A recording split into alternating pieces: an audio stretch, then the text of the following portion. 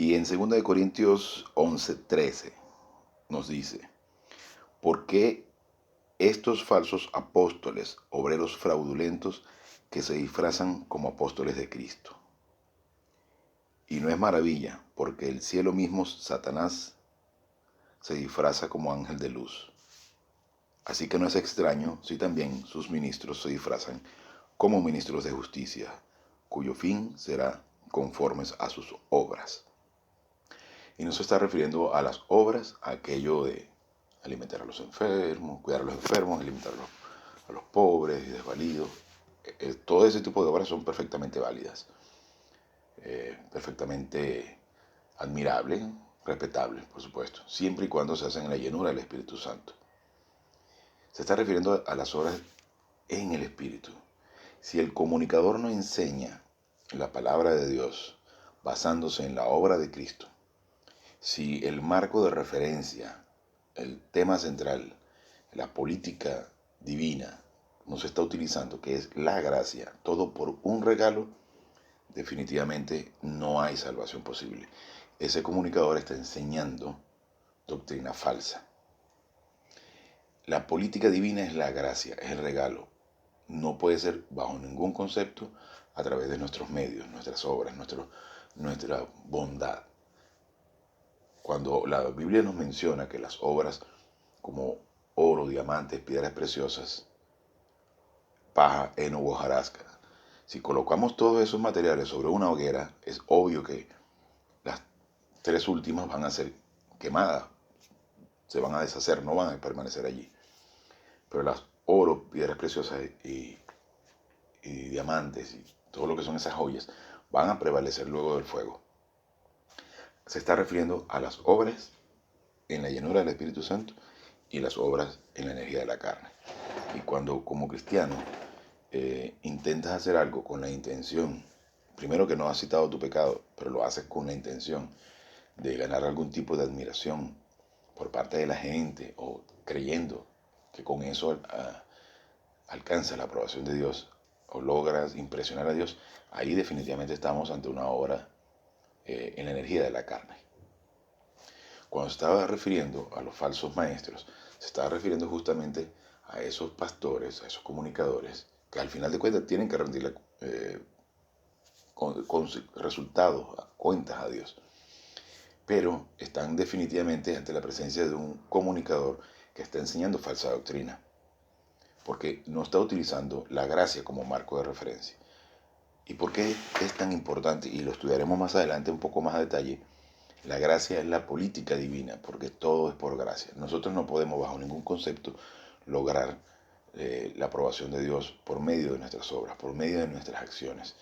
De manera tal que todo reposa en la obra de Cristo en la cruz.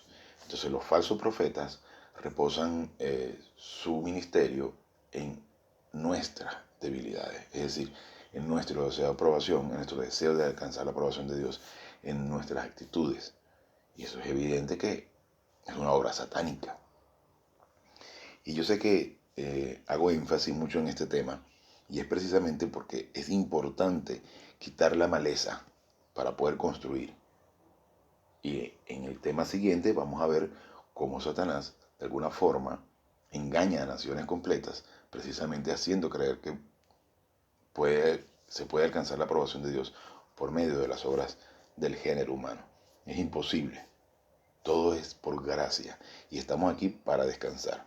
Comenzando porque nosotros como cristianos no podemos hacer nada.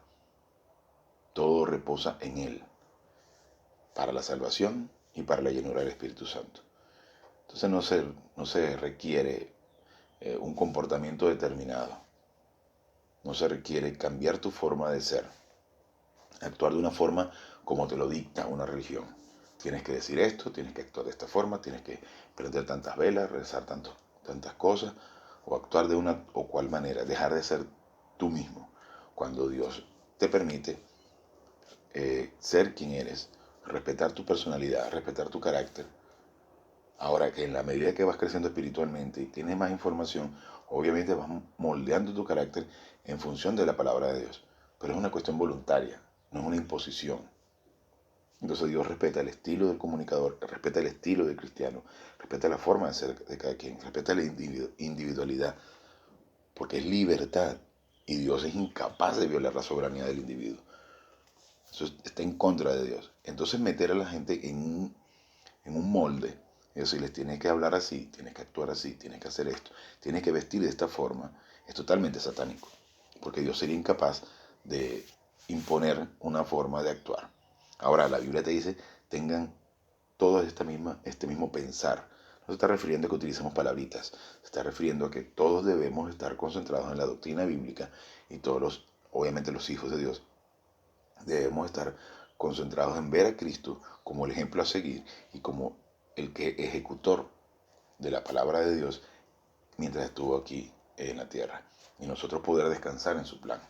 Entonces, pero para poder estar en comunión con Dios solamente hace falta citar nuestros pecados. Te caíste 1.000.000 de veces, levántate 1.000.001. Y Dios es fiel y justo para perdonar, porque Él es justo, su integridad, su esencia no le permite decir, no, esta vez no, ya no te perdono, hasta aquí llegamos. No, no, no, porque si nosotros como padres humanos, padres terrenales, somos capaces de perdonar a nuestros hijos por sus ofensas, imagínense lo que será el Padre Celestial, cuya justicia fue satisfecha por todo lo que hizo Cristo en la cruz. Entonces, cuando el comunicador no enseña la gracia, cuando el comunicador no está enseñando doctrina bíblica a través del sacrificio de Cristo en la cruz, definitivamente es un falso profeta, un falso comunicador. Entonces vamos a ver un poquito de eso. Entonces recuerden, antes de iniciar la clase, citar su pecado para poder estar blancos como la nieve, para poder estar aquí sentados en la mesa de comunión, que es eso, la comunión con Dios es una relación armoniosa con Él y a través del sacrificio de Cristo en la cruz, reposando en lo que hizo Cristo en la cruz. Entonces, unos breves instantes para iniciar nuestra clase de hoy.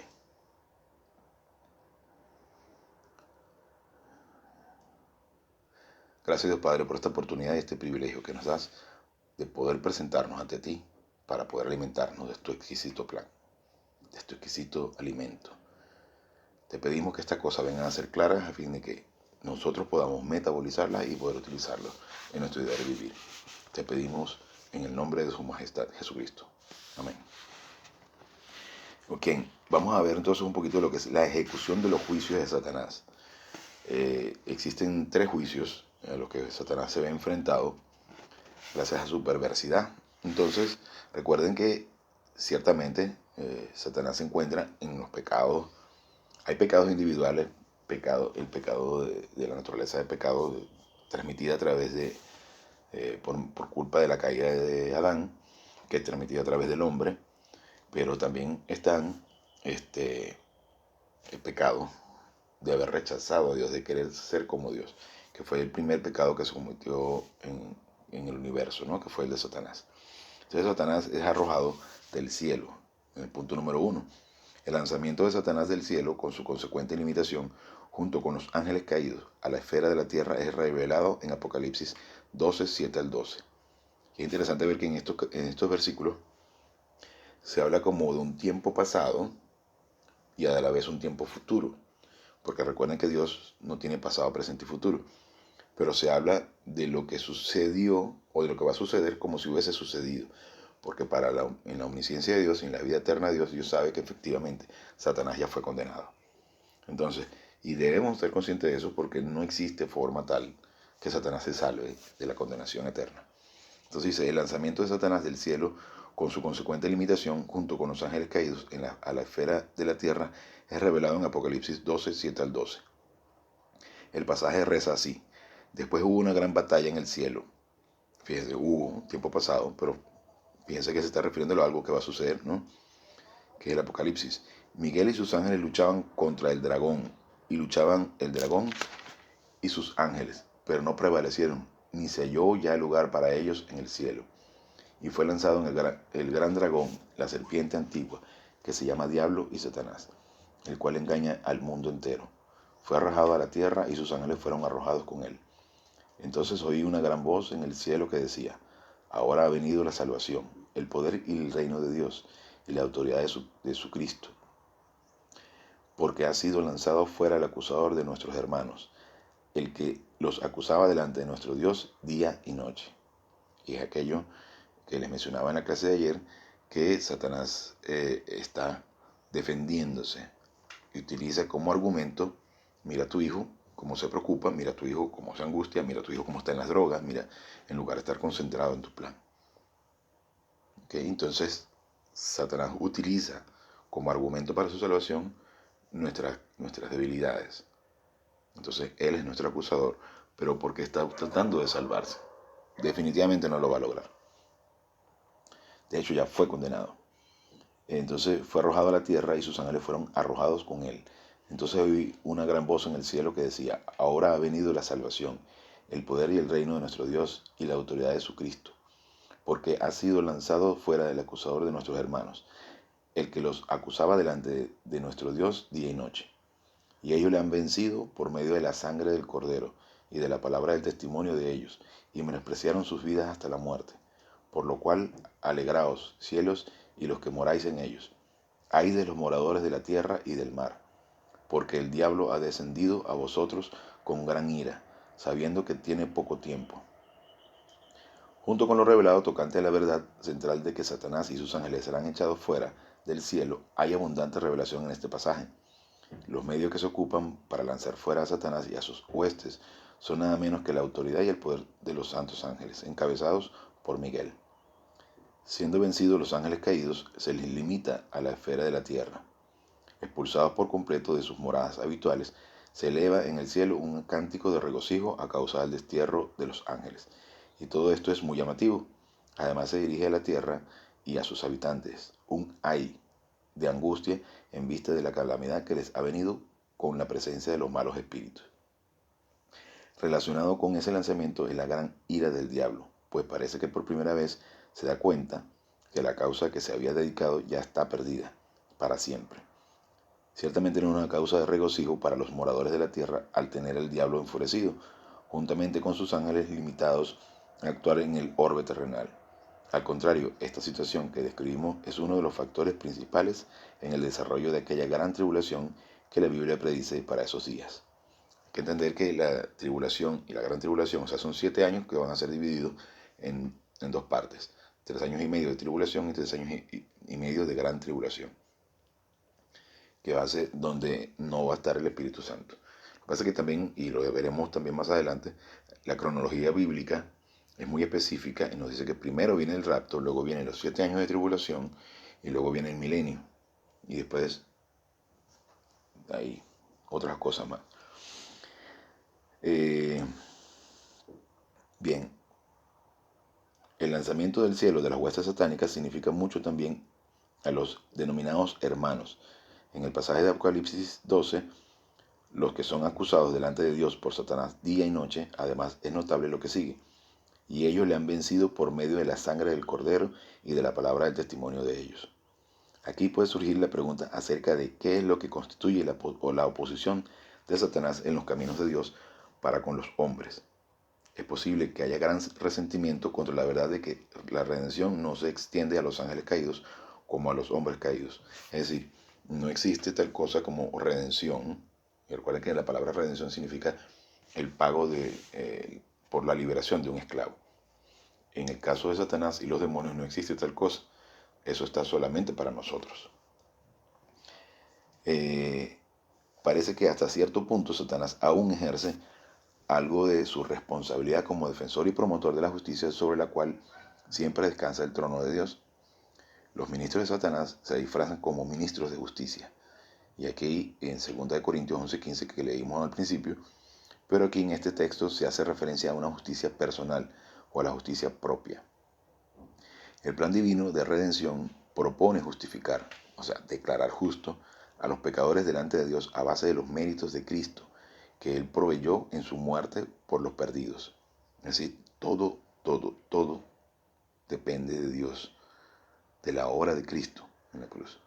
Bajo ningún concepto podemos tratar de alcanzar la aprobación de Dios por medio de nuestros actos, por más buenas obras que se puedan hacer. Incluso si reuniésemos todas las buenas obras de caridad, todos los buenos gestos de la humanidad, de pasado, presente y futuro, todas esas buenas obras nos pagarían, nos salvarían a una sola persona. Porque lo único que satisface la justicia divina es la obra de Cristo en la cruz.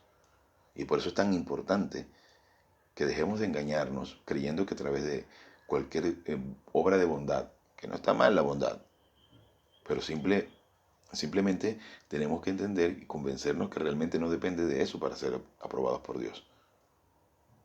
Entonces, esto viene, no sé para ustedes, pero para mí es sumamente claro ver que la religión no te salva, que la religión no te acerca a Dios. Al contrario.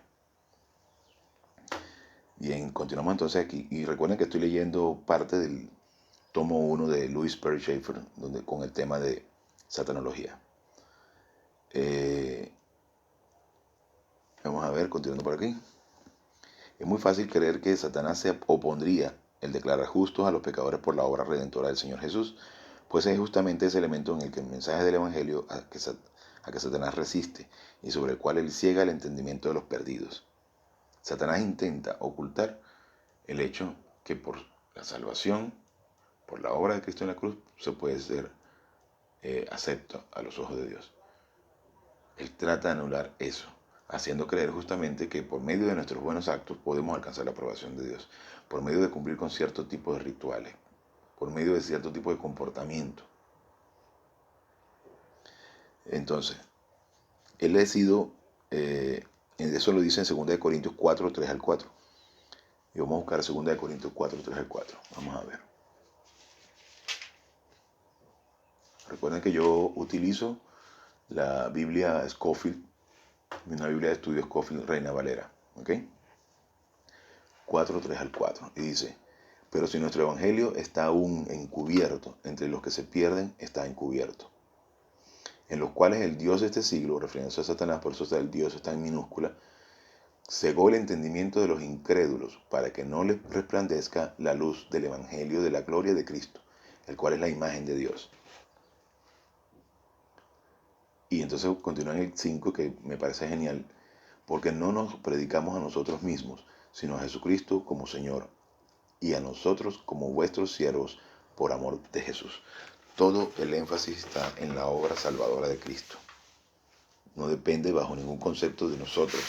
Entonces, cuando se hace tanto énfasis en imágenes religiosas, en estatuas de yeso o de madera, o en prender velas, o en rezarle a quien no debe ser, o en nuestras buenas obras, o en tratar de hablar en lenguas, está distorsionándose este mensaje increíblemente maravilloso que significa es descansen en Cristo.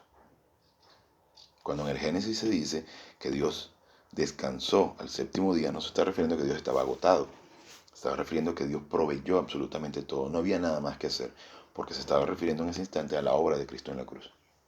Todo depende de Él.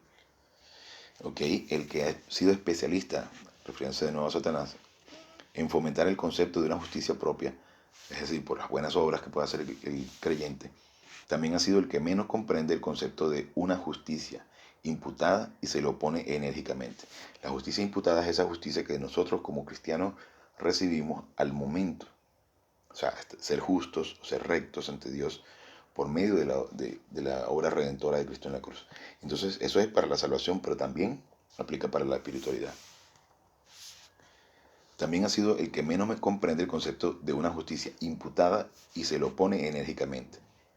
Esto no debe ser considerado como cosa extraña, pues el concepto de justificarse a sí mismo o tener una justicia propia que vale delante de Dios es igualmente promulgado por los hombres en los cuales Satanás opera. Es por eso que él se opone al concepto bíblico de la justificación por gracia y por fe, o sea, por creer. Las acusaciones de Satanás contra los hermanos sin duda tienen que ver con los pecados cometidos personalmente por ellos. No parece concebible que les acusaría de lo que no sea verdad. Tal modo de operación sería obviamente mentira. Más bien Satanás mismo está tan ofendido por el hecho de que los santos sean preservados a pesar de ser indignos, como lo es imputarles justicia sin méritos propios al salvarlos. Es decir, nosotros somos indignos de la salvación. No podemos bajo ningún concepto merecer la salvación. De hecho, la gracia es un regalo, Y un regalo no puede merecerse, no puede ganarse, porque sería un pago. Entonces, solo por gracia, solo un regalo. Somos indignos y aún así tenemos el privilegio de estar ante Dios y poder decir con propiedad: yo estoy lleno del Espíritu Santo. Y estoy lleno del Espíritu Santo porque confío en la obra de Cristo en la cruz. Todo reposa en Él. Entonces, claro, eso destruye las religiones. Se quedan sin cash. Entonces, continuando acá. Las acusaciones de Satanás contra los hermanos, yo trato de retroceder un poquito en el texto para que retomemos ahora con más claridad y podamos entender un poco mejor.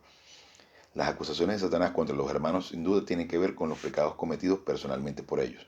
No parece concebible que les acusaría de lo que no sea verdad. Tal modo de operación sería obviamente mentira. Más bien Satanás mismo está tan ofendido por el hecho de que los santos sean preservados a pesar de ser indignos, como los es imputarles justicia sin méritos propios al salvarlos. La Biblia nos ofrece una ilustración de esta posición inexpugnable de los redimidos.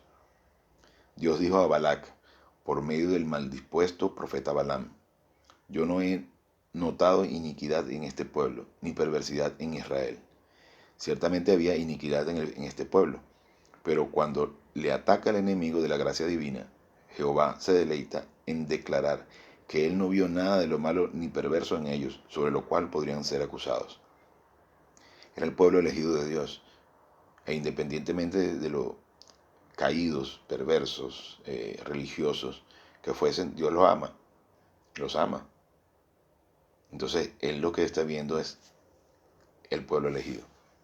Entonces, no por los pecados personales. Continuando acá. Dios no dice que tales maldades no existen, pero sí los declara cubiertos con la sangre redentora. Y un ejemplo que se me viene a la mente es en aquel momento en el que se hacía en el dintel de las puertas una señal con la sangre del cordero. Y entonces no se está refiriendo, y lo salvó cuando estaban cautivos en Egipto, y lo salvó de la muerte de los primogénitos justamente no porque fuesen buenas personas, sino porque era el pueblo elegido. Y la sangre del cordero representaba la salvación de Cristo en la cruz. Pero sí los declara cubiertos con la sangre redentora, y así él no ve nada de lo que el enemigo los acusa. Sin embargo, cuando Dios trata con los redimidos mismos, no se cansa de indicarles lo malo que cometen y enseñarles el camino de la santificación. De esta gran verdad el salmista escribe: ya, si mirares a los pecados, ¿quién, oh Señor, podría mantenerse? Porque es allí lo maravilloso. Lo débil que podamos ser no significa nada. Dios sabe lo imperfectos que somos. Porque ya somos salvos, solo por creer en Cristo. Ahora, queremos conocer más de este Señor increíble, nuestro amo y Señor, nuestro Padre amado. Y para conocerlo entonces tenemos que estar blancos como la nieve. Tenemos que estar en la ayuno del Espíritu Santo, y para eso solamente confiar en la obra redentora de Cristo en la cruz. El hecho de que no le atribuye iniquidad al redimido es posible a causa de la obra de redención y jamás resulta de cortesía de parte de Dios. O sea, Dios no nos perdona de gratis, sino porque la obra de Cristo de la cruz pagó todo. La actitud del enojo expresado por Balac es un reflejo de la actitud de Satanás, quien operaba en él. En la misma manera, la maldad condenada en Caín no fue la inmoralidad, sino la manifestación de esa idea satánica de conseguir el reconocimiento divino por una dignidad personal propia. Es decir, Caín era un individuo religioso que asesinó a su propio hermano porque su hermano, mientras hacía un honor reconociendo la obra de Cristo en la cruz, reconociendo la obra del Redentor, Caín quería mostrar sus buenas obras y no soportó en su arrogancia que su hermano dijera: es que no hace falta que yo haga nada, solo Cristo lo hace todo. En ese momento, por supuesto, no se conocía como Cristo, se conocía como el Mesías, porque aún no había sido glorificado, aún no había venido.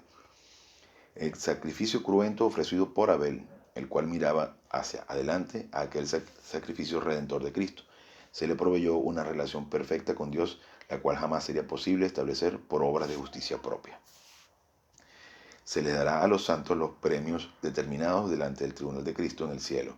Ese día jamás se hará mención de los pecados ya lavados por la sangre del Cordero. Y tal silencio solo es posible con el lanzamiento del acusador de los hermanos. Los que han experimentado el perfecto perdón de sus pecados y la justificación divina sentirán gran gozo en aquel día. Continuando ahora con el segundo juicio, es el juicio de Satanás al tiempo del segundo advenimiento de Cristo. La venida de Cristo para establecer su reino milenial termina con el tiempo conocido como la Gran Tribulación, según dice en Mateo 24:20, y pone fin al reinado del hombre de pecado, según dice en 2 Tesalonicenses 2, del 8 al 10. Y al mismo tiempo Satanás será atado con una cadena y echado al abismo. Esto se escribe en las siguientes palabras bíblicas. Vi a un ángel que descendía del cielo con la llave del abismo y una gran cadena en la mano, y prendió al dragón, la serpiente antigua, que es el diablo y Satanás, y lo ató por 1000 años, y lo arrojó al abismo, y lo encerró, y puso su sello sobre él, para que no engañe más a las naciones, hasta que fuesen cumplidos 1000 años, y después de esto debe ser desatado por un poco tiempo más. En Apocalipsis 20, del 1 al 3. Entonces, hace mucha mención a engañar a las naciones. Si Satanás solo estuviese en los asesinatos múltiples, en las violaciones, no fuesen naciones enteras las que estaría engañando. Ciertamente muchos de esos pecados pueden ser influenciados de alguna forma por Satanás, pero no está allí solamente. Buena parte de esos pecados son cometidos por nosotros mismos. Por nuestra ira, por nuestra rabia, por nuestras emociones, por nuestra envidia, por nuestra vanidad. El ser humano es ambicioso, criminal también, perverso. Y también hay otra sección de la perversidad humana que es creerse mejor que los demás, que es creer que de alguna forma se puede alcanzar a Dios por medio de nuestras obras. Pero ¿cuándo Satanás engaña a las naciones? En la religión, porque él quiso ser igual al Altísimo y se disfraza de ángel de luz. Y yo sé que a mucha gente le atormenta la idea de escuchar decir algo como eso. Pero es la libertad de cada quien de continuar o no de continuar estudiando. Es su oportunidad de comer estiércol o de comer algo delicioso. Y entonces está la ambición personal de tener un protagonismo dentro del plan de Dios, cuando tu protagonista absoluto de todo es Cristo. Donde Él es el centro del plan divino. Donde Dios es el centro de todo. Entonces nosotros lo único que tenemos que hacer es descansar, confiar en su plan y tener ambición, pero de estudiar, de crecer, de conocer, de descansar en su plan. Bien, continuando por acá dice, y al mismo tiempo Satanás será atado con una cadena y echado al abismo. Esto se describe en las siguientes palabras bíblicas. Vi a un ángel que descendía del cielo, con la llave del abismo y una gran cadena en la mano, y prendió al dragón, la serpiente antigua, que es el diablo y Satanás, y lo ató por 1000 años y lo arrojó al abismo, y lo encerró y puso su sello sobre él, para que no engañe más a las naciones, hasta que fuesen cumplidos 1000 años, y después de esto debe ser desatado por un poco de tiempo. Apocalipsis 20, del 1 al 3. Este pasaje revela mucho más que el hecho de Satanás atado y arrojado al abismo. Se declara que Satanás es engañador de todo el mundo y asegura que habrá un tiempo de 1000 años en la tierra sin esa actividad engañosa de parte del diablo. Su presencia en la tierra durante la tribulación ha hecho una mayor contribución a la angustia de ese tiempo. Por lo tanto, no es extraño de que su ausencia hace que el milenio sea un periodo de paz y justicia en la tierra, que va a ser los 1000 años en los que Cristo estará gobernando la tierra. Creemos que no es posible para la mente humana comprender todo lo que está involucrado en estas declaraciones. Un poco más adelante en ese pasaje se nos revela que Satanás será desatado por un poco de tiempo. Y dice así, cuando los 1000 años se cumplan, Satanás será suelto de su prisión y saldrá a engañar a las naciones que están en los 4 ángulos de la tierra, a Gog y Magog, a fin de reunirlos para la batalla, y número de los cuales es como la arena del mar. Una revolución, pues. Esto es una revolución que se crea, para mí de izquierda, si lo vemos desde el punto de vista político, donde se rebelan ante el gobierno perfecto de Cristo. Entonces dice, y subieron sobre la anchura de la tierra y rodearon el campamento de los santos y la ciudad amada. Y de Dios descendió fuego del cielo y lo consumió. En Apocalipsis 20, 7 al 9. Aquí se dice que otra vez las naciones serán engañadas, y ese engaño resulta una vez más en una guerra horrible. Pero afortunadamente será la última. Se ha predicho que las guerras cesarían durante la edad milenial, que es un tiempo de paz. En Isaías 2, del 1 al 4. Pero al ser suelto Satanás y sacado del abismo, enseguida las naciones volverán a los conflictos como la solución de sus problemas. Esta verdad doble de que no habrá guerra en la tierra cuando esté ausente el poder y los engaños satánicos, y que al ser suelto una vez más el diablo enseguida se vuelven a la guerra, tan pronto como Satanás pueda engañar a las naciones. Todo demuestra claramente que él es la causa de todas las guerras en la tierra. Pues bien, esta es la última guerra porque Dios mismo intervendrá con sus juicios sobrenaturales y su destrucción. Ciertamente aquí Schaeffer dice que él es el origen de todas las guerras. Yo considero que, en lo particular, en mi opinión, discrepo un poco de Schaeffer, porque considero que buena parte de las guerras son justamente las ambiciones humanas, el deseo de poder. Hay una profecía bíblica en el Antiguo Testamento que contribuye a aclarar lo revelado ya, de que Satanás estará en el abismo. Se dice en Isaías 24, 21 al 23 lo siguiente: acontecerá en aquel día que Jehová castigará al ejército de los cielos en lo alto y a los reyes de la tierra sobre la tierra, y serán amontonados como se amontona a los encarcelados en mazmorra, y en prisión quedarán encerrados y serán castigados después de muchos días, y la luna se avergonzará y el sol se confundirá, cuando Jehová de los ejércitos reine en el monte de Dios y en Jerusalén, y delante de los ancianos sea glorioso. Parece que hay razón suficiente para creer que los ejércitos de los cielos en lo alto y los reyes de la tierra sobre la tierra se refieren a los ángeles caídos y sus principados y potestades. Y si es así, entonces es claro que todos ellos con su jefe se hallarán en el abismo. ¿En cuál otro lugar pudiera estar en aquel tiempo de paz y justicia? Generalmente es una verdad bíblica que un rey y su reino son considerados como una unidad, y lo que pasa con uno le toca al otro también. Compárese Deuteronomios 32, 37 y 38. Entonces dice, basándose en este principio de interpretación, se puede presumir que los ángeles caídos acompañarán a Satanás hasta el fin de su carrera. Se observará que algunos de ellos ya están en cadenas esperando el juicio final, que vendrá sobre todos los espíritus, según dice en Judas 6, 2 y Pedro 2, 4. Y nos parece muy significativo que a los menos como testigos los santos se asocian con Cristo en el juicio.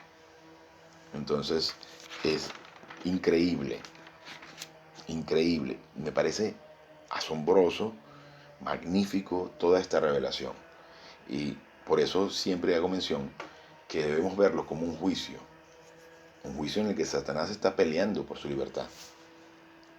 Sin embargo, ya fue condenado, porque Dios en su perfecta omnisciencia sabe absolutamente lo que va a suceder y ya perdió. Entonces, es importante verlo así para que entendamos que no es una cuestión emocional, es un juicio y es perfecto. Y como punto número 3 y final, dice el juicio final de Satanás. Apelamos a las escrituras mismas para describir mejor este último paso en la ejecución del juicio de Satanás. Dice, y el diablo que los engañaba fue lanzado en el lago de fuego y azufre, donde estaban la bestia y el falso profeta. Aquí está, clarito, para mí al menos, lo que es el falso profeta, ¿no? Y serán atormentados día y noche por los siglos de los siglos, dice en Apocalipsis 20 al 10. Entonces, para mí no existe duda que el falso profeta, que engañaba a todas las naciones, no es más que un sacerdote de una iglesia ecuménica donde se reúnen todas las religiones y donde se quiere alcanzar la aprobación de Dios por medio de un buen comportamiento.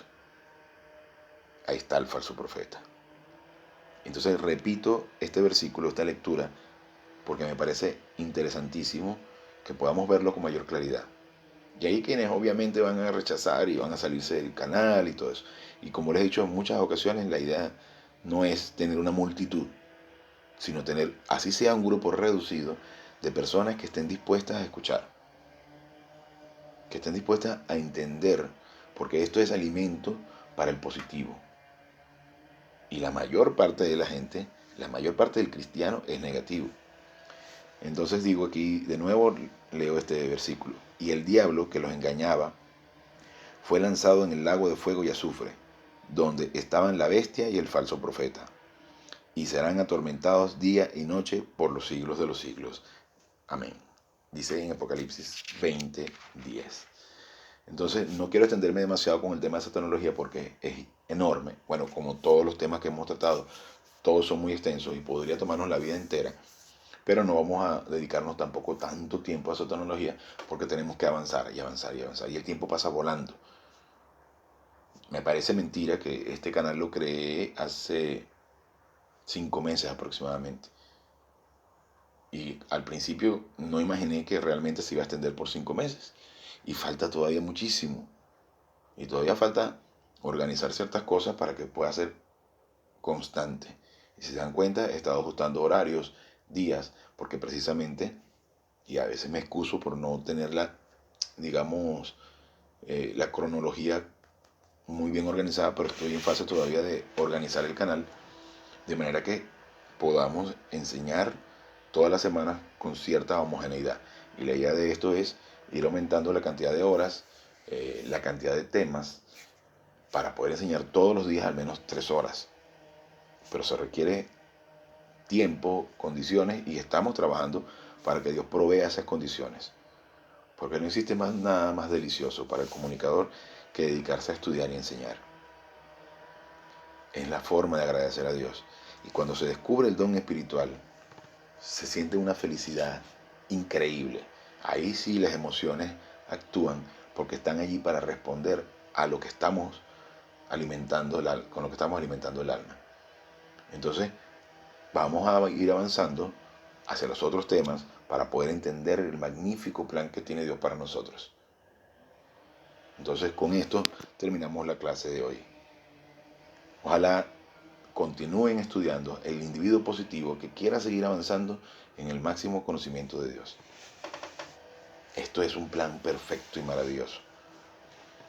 No hay nada que no encaje. Cuando comienzas a estudiarlo de forma meticulosa, te das cuenta que todo encaja de manera perfecta, como una maquinaria, como un reloj suizo, mejor que el mejor reloj suizo, de manera sincronizada y perfecta. Hay quienes dicen que la Biblia tiene contradicciones y eso no es más que una babosada de quien no quiere estudiar, de quien no se mete a profundidad. Pero cuando comienzas a analizarlo, te das cuenta que efectivamente todo encaja perfectamente. No existe interpretación humana, no existe palabra alguna que pueda añadírsela a la Biblia. Sin embargo, en el intento de Satanás hay libros que no corresponden a la palabra de Dios. Que en un futuro, en su momento, vamos a estudiar lo que es canonicidad, que es el patrón por el cual se estableció cuando un libro debe o no debe permanecer, debe o no debe ingresarse o anexarse a la Biblia. Y veremos un poco sobre los libros apócrifos y por qué razón no deben estar allí. Pero es parte de la mentira de Satanás para tratar de contaminar la palabra de Dios. Pero solamente falta que el estudiante concentrado, analítico, profundo, se dedique a estudiar y se dará cuenta que no debe estar allí. Entonces, con esto terminamos la clase de hoy. Una pequeña oración y nos retiramos. Gracias, Dios Padre, por esta oportunidad, este maravilloso privilegio que nos das de poder alimentarnos de tu palabra. Te pedimos que vengas a hacer claro todo este mensaje, a fin de que sea el Espíritu Santo quien se dedique a enseñar al espíritu humano en cada uno de los creyentes, cada uno de los miembros de la familia real. Te lo pedimos en el nombre de su Majestad Jesucristo. Amén.